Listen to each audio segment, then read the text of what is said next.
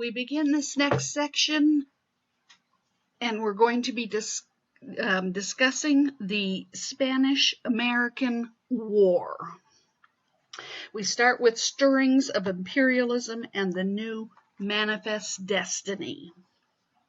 A heady new spirit of manifest destiny had begun to surge through America by the early 1890s. Manifest destiny is the concept that God had given us the right to spread our ennobling democratic ideals from sea to shining sea.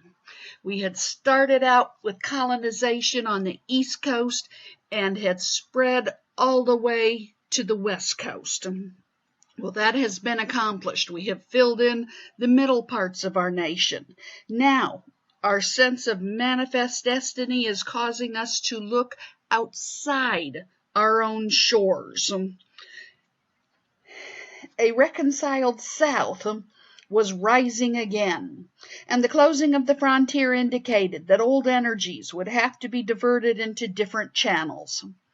America was bursting with a sense of power generated by the vast increase of her population, wealth, and industrial productivity. Expand or explode. Many manufacturers were seeking new overseas markets for the contents of their bulging warehouses. We had many reasons for looking outside our borders. Manufacturing and industry is just one of them. The lurid yellow press of Joseph Pulitzer and William Randolph Hearst was whetting the popular taste for excitement. Pulitzer was on the East Coast. He was the big newspaper seller. And William Randolph Hearst was the person on the West Coast. These two titanics would duel it out to see who could be biggest. Missionary conscious churches in the United States were also on the outlook for new overseas areas to move into. A new steel navy was also being pushed with vigor in America. This push found added support in the writings of Captain Alfred T. Mann.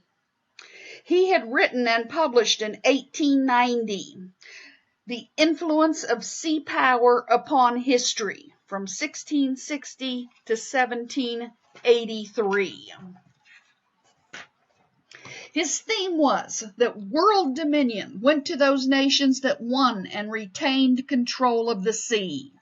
His findings were avidly read by Englishmen. That's where he got his whole example from. The English. The sun never sets on the British Empire.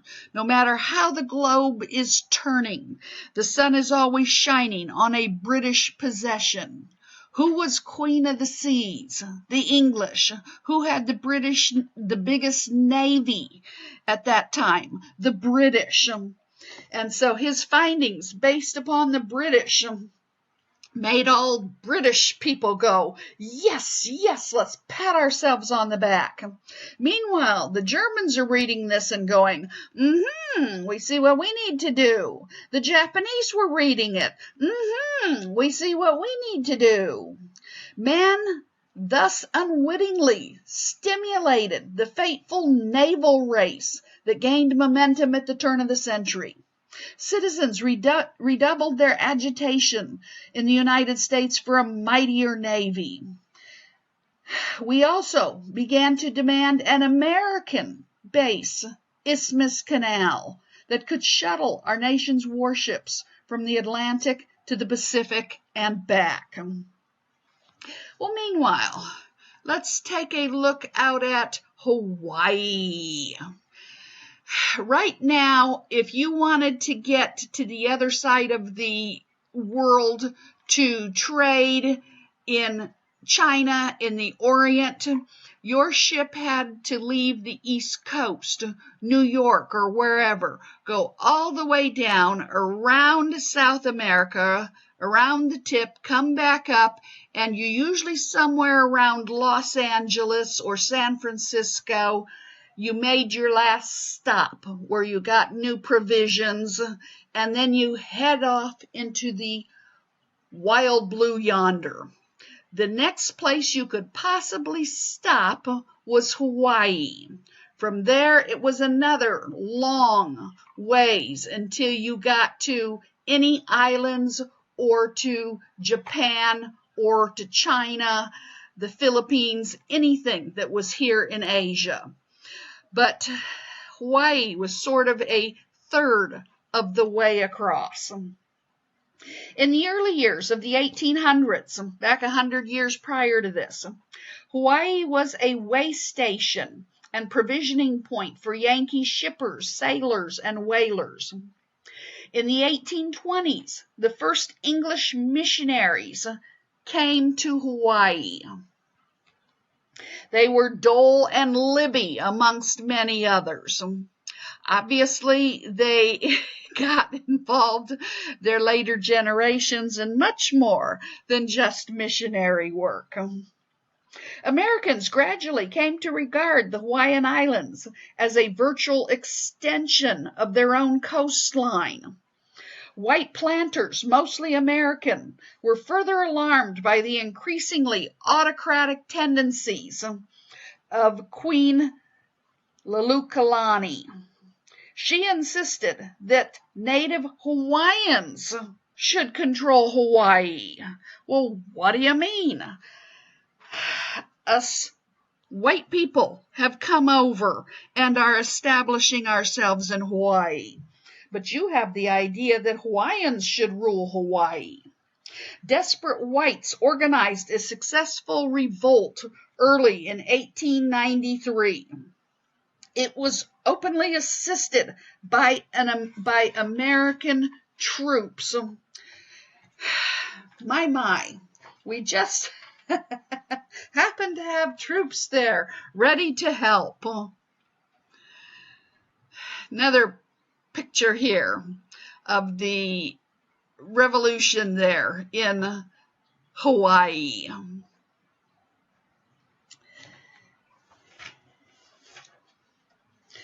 An appropriate treaty was rushed to Washington, but before it could be railroaded through the Senate, the Republican President Harrison's term expired, and the Democratic President Cleveland had come in. Cleveland set great store by national honesty.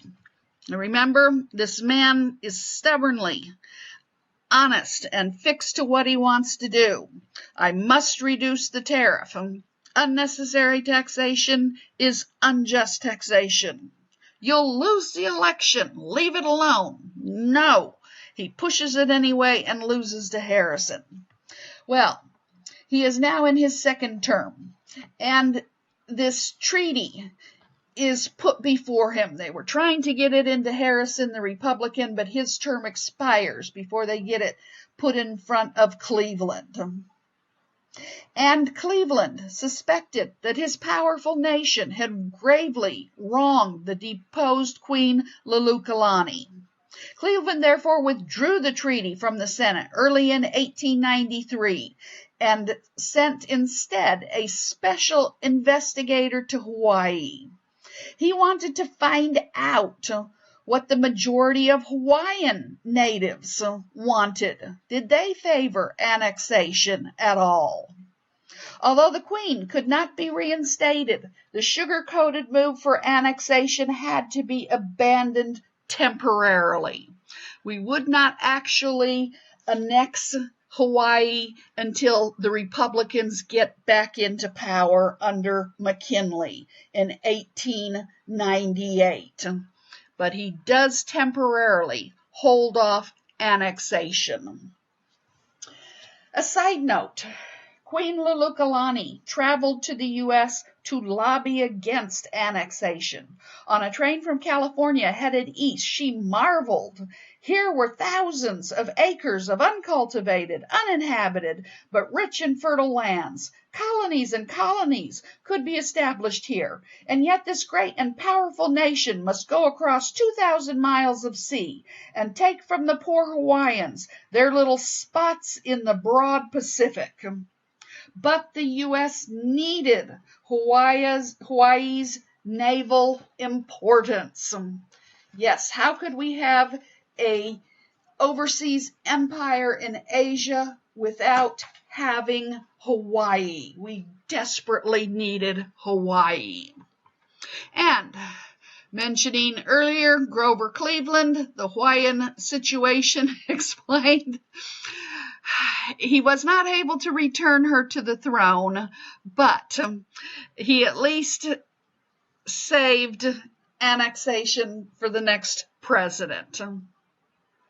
And moving on to Cuba. Cuba's masses were frightfully misgoverned. They rise now up against their Spanish oppressors in 1895. Driven to desperation, the insurgents adopted a scorched earth policy. That means anything you cannot use, you destroy, so the opposing side cannot use it. They reasoned also that if they did enough damage, Spain might be willing to move out, or the United States might move in and help the Cubans win their independence. So they figure if we cause enough trouble, Spain may just wash their hands of us and said, we have had enough. Or maybe the U.S. would be tempted to get involved. They therefore put the torch to cane fields and sugar mills. They even dynamited passenger trains. Why would the U.S. get involved? Who cares if Cuba destroys their own country?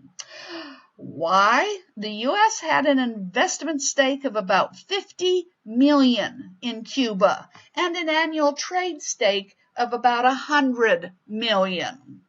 If we dynamite the cane fields and the factories, will these products be coming out of Cuba going into the United States? No. Will this financially affect the United States or individuals in the United States? Yes. You hit the U.S. in the pocketbook and the U.S. will react.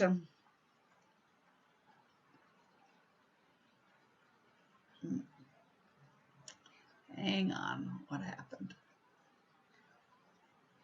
In 1898, Spain sent General Wheeler to Cuba, known as Butcher Wheeler. Sorry, I'm ahead of myself. Spanish misrule. Cartoon here. Yes, the country of Cuba, if there's enough anarchy, if there's enough chaos going on, Spain being in the hot seat, she might just decide to get out. Now, General Butcher Wheeler, he is sent to Cuba to solve things. He undertook to crush the rebellion by herding many civilians into barbed wire reconcentration camps. Not concentration camps, but reconcentration camps. Here, they could not give assistance to the armed insurgents. So you got this guerrilla warfare going on, and the guerrillas would go into the local villages and hide out and get assistance and food from them. And General Wheeler felt, if I remove all of the natives from the villages, the only one left will be the insurgents, so I can easily find the guerrillas and deal with them. So he creates these huge, not concentration camps, but concentration camps, or like a relocation camps. So these huge areas where the civilian population is removed from their cities and homes and put into these encampments. Unfortunately, while they could not give assistance to the armed insurgents, they lacked proper sanitation and they lacked food. These enclosures turned into deathly deadly pest holes in which the victims died like flies. So here he's trying to keep them from giving help to the insurgents, and instead he earns the nickname Butcher Wheeler. And as you can see, they are laid out in droves. They are dying like flies.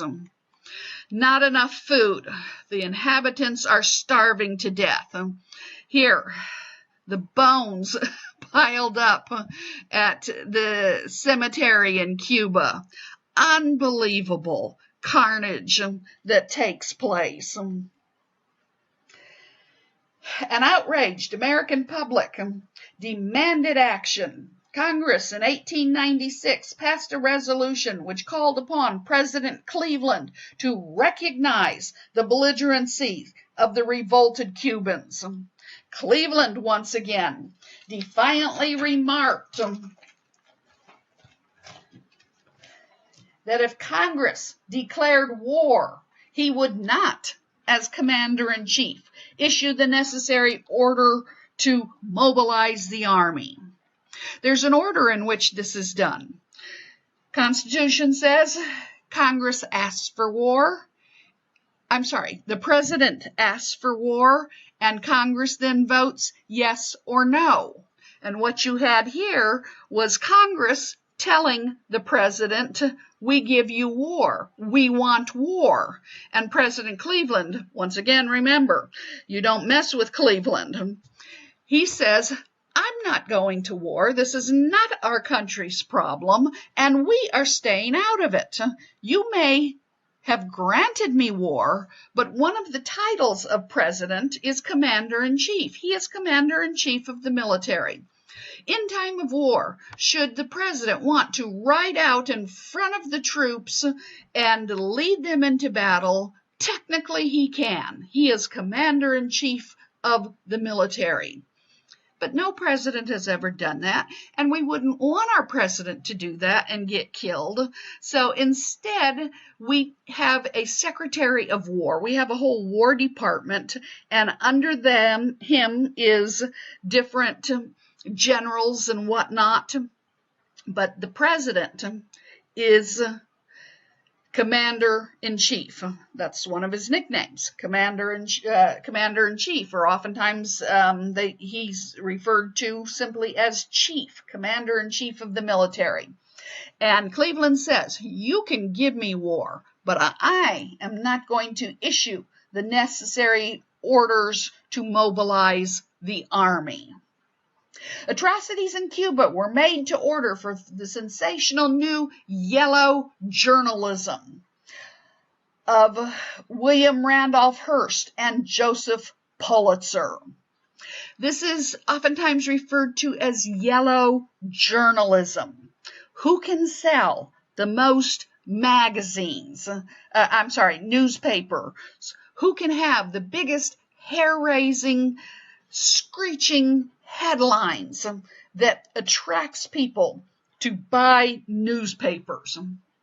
This term yellow journalism came from the fact that Pulitzer had a cartoonist who would run a series in the paper known as the Yellow Kid. And it was one of the first cartoons that had a sequence. Most cartoons prior to that were one scene, and the whole cartoon was in the story, everything in one picture. Well, he started doing multiple pictures, a sequence of pictures. And he had this famous cartoon known as the Yellow Kid. And people would buy the paper and quickly look for the cartoon section where the Yellow Kid cartoon would be. Nowadays, the Sunday paper has a whole page or two of cartoons. But back then, the Yellow Kid was the first big cartoon in a series to come out. Everybody used the Yellow Kid in advertising. Here, they're using his image in selling stoves. We even have a stamp put out in '95 commemorating the Yellow Kid. So bad was the fight between Pulitzer and Hearst.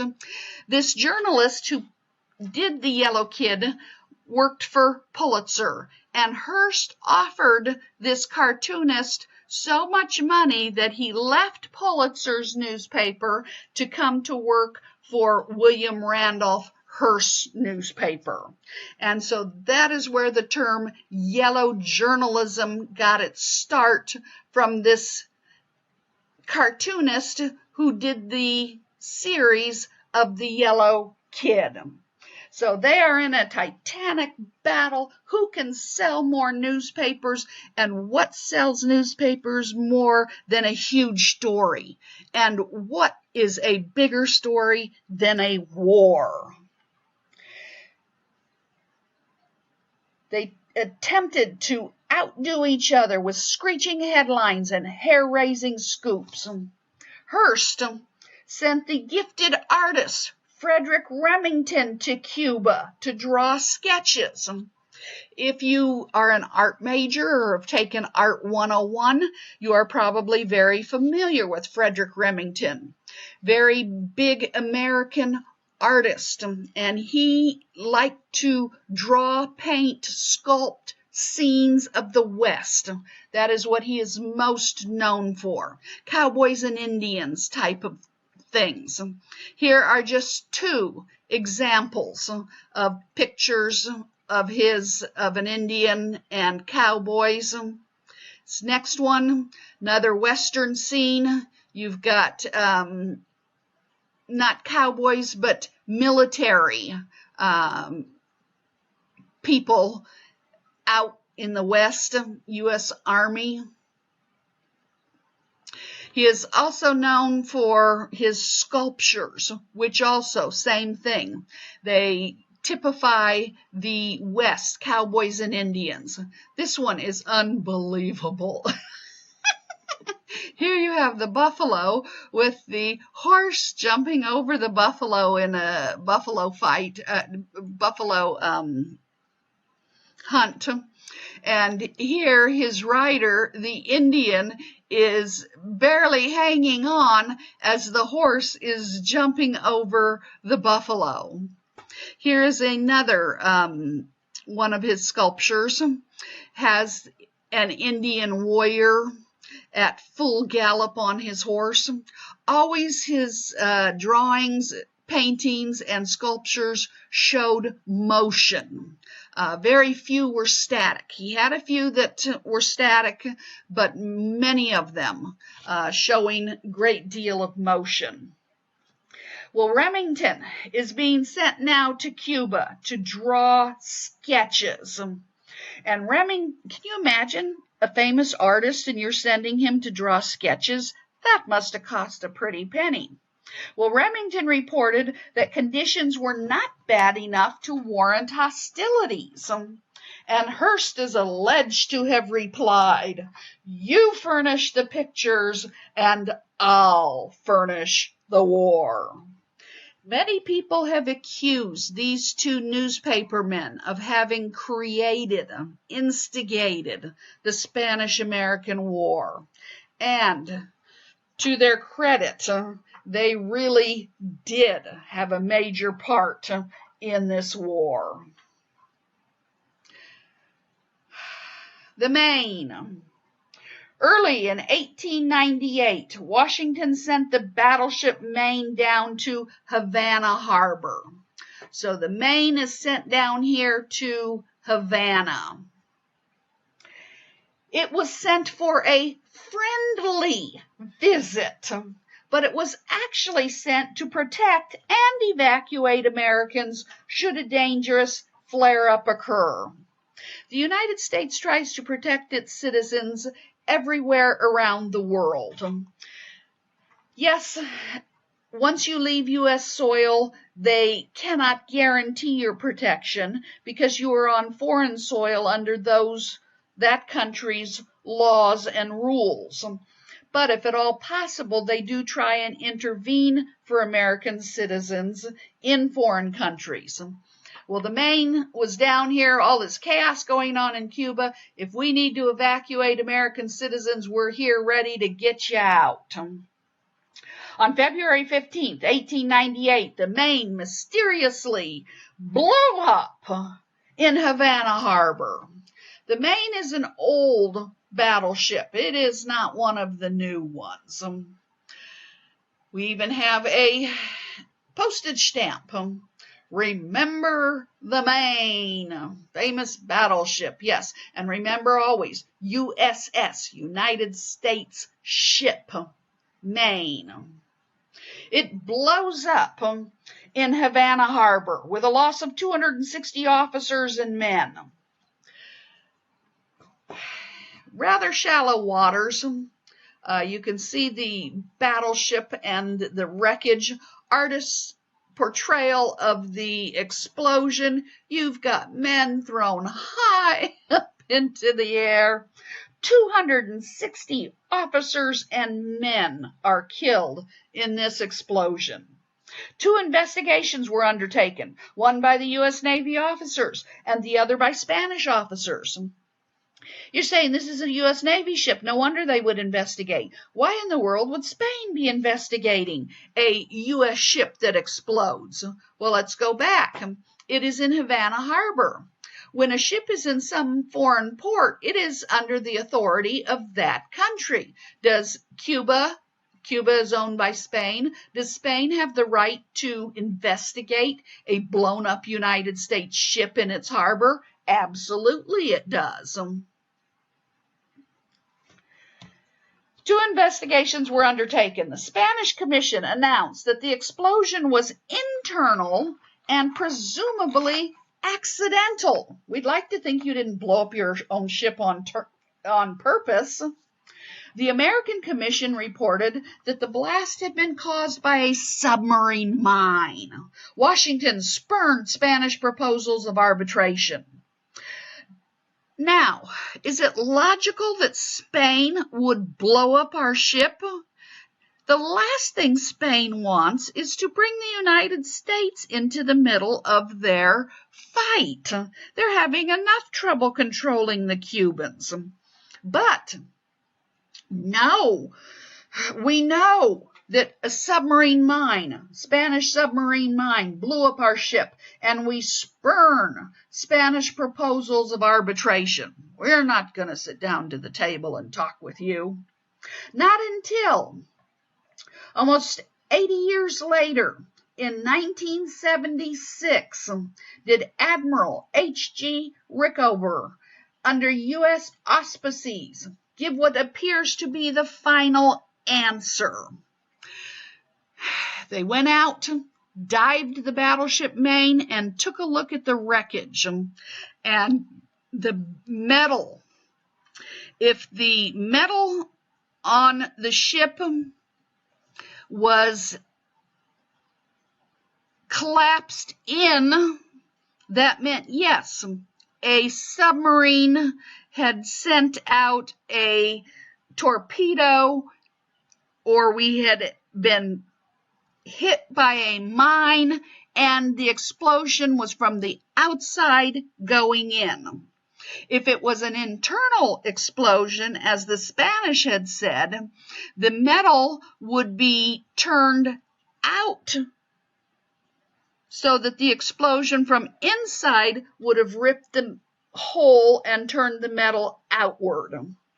Well, under Navy auspices, we do a check, and he presents overwhelming evidence that the initial explosion had resulted from spontaneous combustion in one of the coal bunkers, which was adjacent to the magazine, powder magazine. Ironically, this is essentially what the Spanish Commission had concluded in 1898. Side note, in 1910, this is about 12 years after the Maine has sunk here in Havana or I shouldn't say sunk, has exploded here in Havana Harbor and is sitting there, a carcass for the world to see. It was brought up and towed to deeper waters in 1910, where it was ceremonially sunk with the honors of a battleship. And so it is from that second resting place that Admiral H.G. Rickower would have had to go down and inspect the wreckage. Well, you're saying internal combustion, what are you talking about? Come on. This ship in the bottom part is divided into compartments. This is an old coal-burning steamship.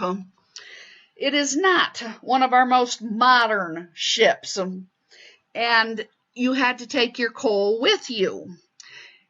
We had a coal room, a coal bunker, and next to it we had ammunition. We had a powder bunker.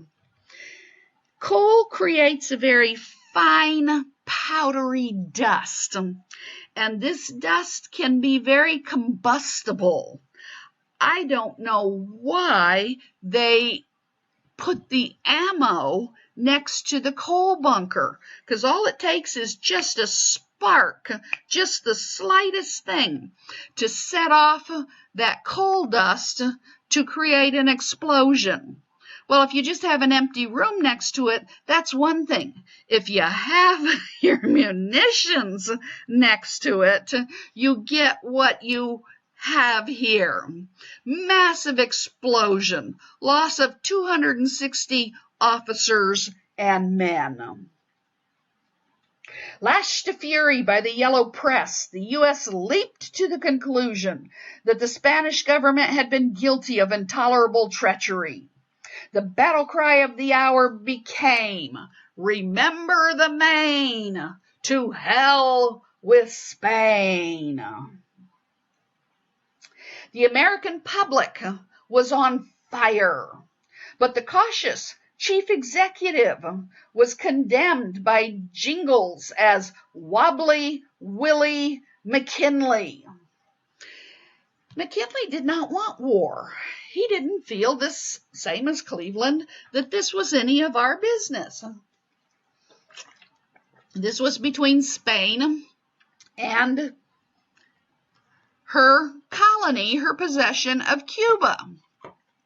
But the newspaper, the yellow journalists, boy, they are going to lash the nation to fury. Destruction of the warship Maine was the work of an enemy. 50,000 reward for the detection of the perpetrator of the Maine outrage. Fear that Spain may declare war. Reason to expect Madrid government will make the move. Maine wrecked as a result of a conspiracy. Oh yes, intolerable treachery.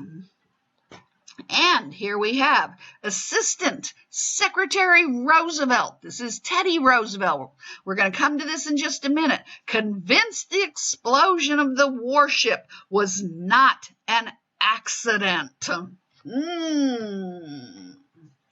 But Willie McKinley, the president, is not anxious for war. Fight-hungry Theodore Roosevelt reportedly snarled that the white-livered occupant of the White House did not have the backbone of a chocolate eclair. That is one thing I love about Teddy Roosevelt. This man is brilliant. His mind is going constantly. He is one of those people that only needed a few hours of sleep a night. He was just go, go, go, go, go, unbounded energy. No one could keep up with him. Unbelievable mind. He wrote 30 books during his lifetime besides everything else he did, and he still died at age 60, having accomplished more things than most people would have accomplished in 10 lifetimes. But he was brilliant, and he used his mind and his vocabulary. when he wanted to insult you, let me tell you, he knew how to insult you. Yes, the white-livered occupant of the White House who did not have the backbone of a chocolate eclair. Ooh, those is fighting words. I would not call the president that if I was Assistant Secretary of the Navy.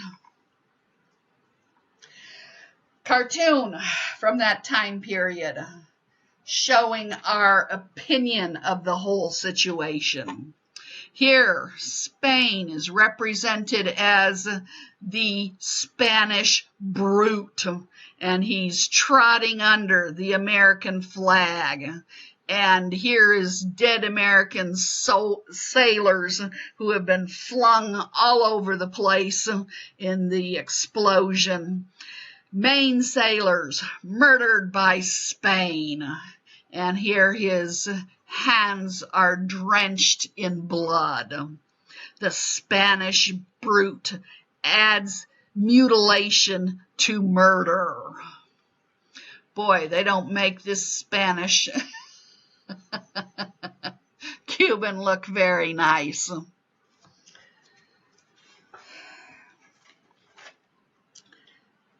Sorry, hang on. McKinley's private desires clashed sharply with the public demands of the people. He did not want hostilities, but finally yielded and gave the people what they wanted.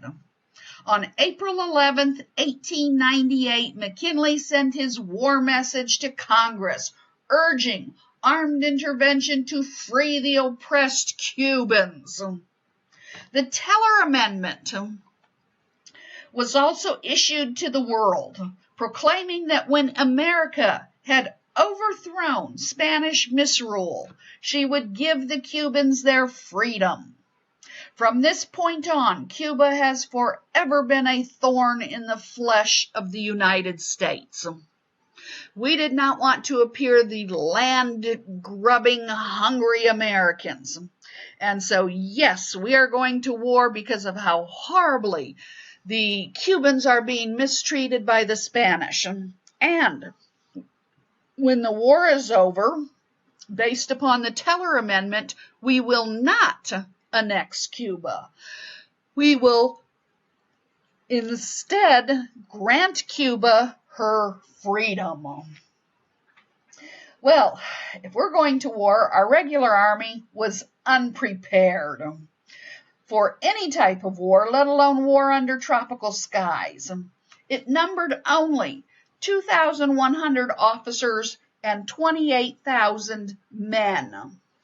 We fit that many on one army base alone, probably more than that on one army base. Our entire military, our entire army consisted of this 2,100 officers, 28,000 men, a total of 30,000 in total, as compared with some 200,000 Spanish troops already located in Cuba. The American Navy seemed less powerful than Spain's. The Spanish Navy, though formidable on paper, was in a wretched condition. They also had to operate thousands of miles from its home base. Sorry, I don't understand. My phone's trying to talk to me. Hang on. The readiness of the Navy was owed much to two men, Secretary Long and his Assistant Secretary Theodore Roosevelt. On February 25, 1898, while Long was away for the weekend, Roosevelt cabled Commodore George Dewey, who happened to have the Asiatic fleet here in Hong Kong. And he cables Dewey and he tells him, get yourself down to Manila. The Secretary of the Navy should have been doing that. But Roosevelt is fight hungry. Man, he wants action. And so while the Secretary of the Navy is away for the weekend, bam, the assistant gets in there and he tells Dewey, get down there. Descend upon Spain's Philippines in the event of war. We are liberating Cuba. What in the world does the Philippines have to do with this? Why would we go to the Philippines? Well, he is anticipating war, Teddy Roosevelt is. And when you go to war with a country, you go to war with it and every one of its possessions. The Philippines was owned by Spain. So if we're going to war with Spain over Cuba, that means we can go to war with Spain over the Philippines and any other possession they have. Well, what is so important about the Philippines? Let me see. Let's go back. Okay, here. Remember our manifest destiny, we're getting very anxious and interested in the Orient. Oops, hang on. That's why we have that interest in the Hawaiian Islands. But Cleveland put a nix on that.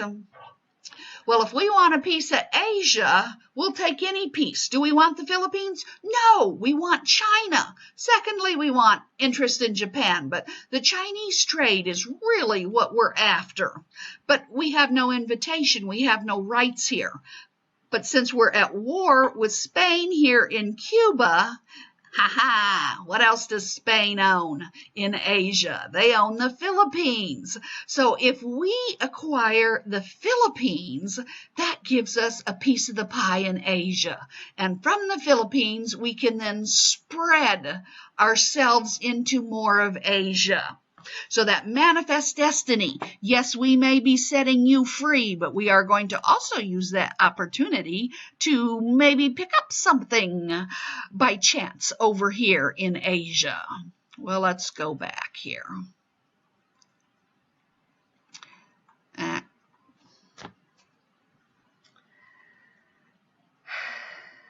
Sailing boldly with his 6 warships at night into the fortified harbor of Manila. And an enlargement of that, here's the city of Manila, and Dewey brings his ships and puts them right in front of the Spanish fleet here in the harbor. Sails in at night. He trains his guns on the Spanish fleet, and the next morning, bam, bam, bam, the whole Spanish fleet was destroyed, with nearly 400 Spaniards killed and wounded, without a single loss of an American life. Oh, man! Talk about a victory! 400 to zip! Ooh! Did our Navy make an accounting for itself or what? Dewey wins a glorious victory at Manila. No Americans killed and only 6 wounded. 300 Spaniards killed, 400 wounded, not a single American ship injured. Entire Spanish fleet destroyed.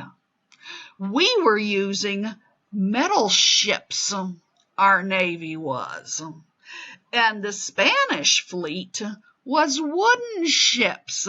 This was not a apples fighting apples. This was a apples fighting oranges here.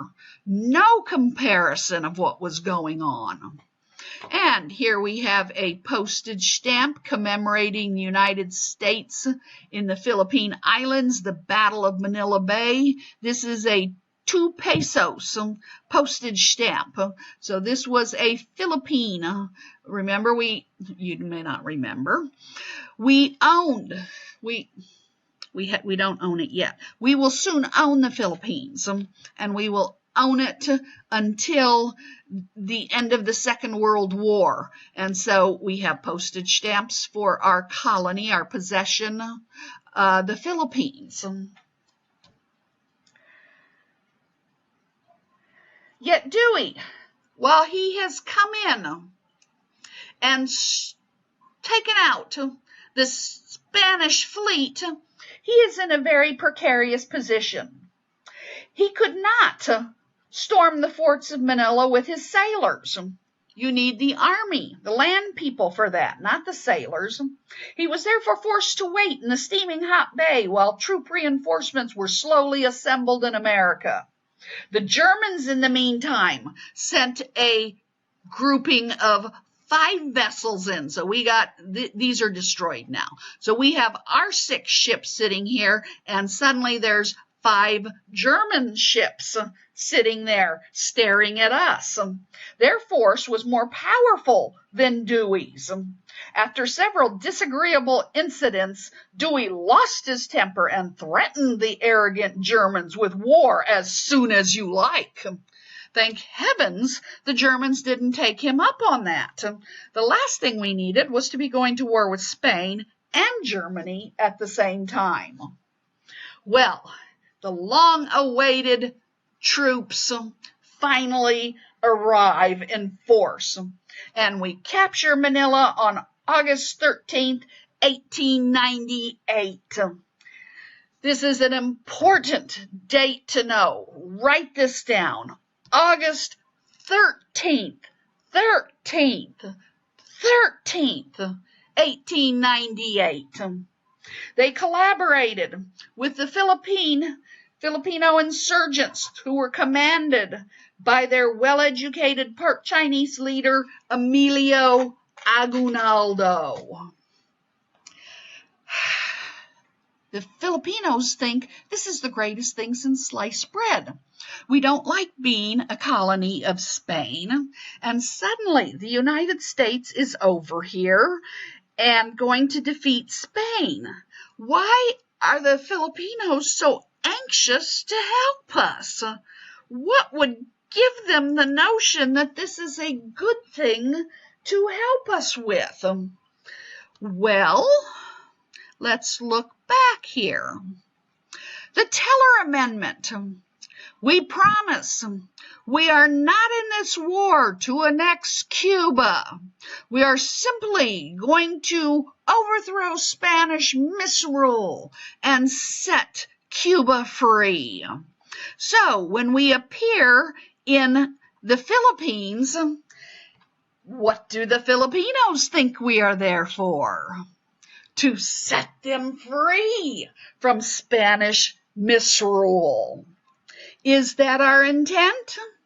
Did the Teller Amendment apply to the Philippines? No. The Teller Amendment applied to Cuba. The fact that the Filipinos misconstrued it was not our fault. The Teller Amendment only applied to Cuba. Well, we need to head back to Hawaii. If we're going to own the Philippines, Hawaii now suddenly has great importance. But we will take break at this point and come back to Hawaii in the next lecture.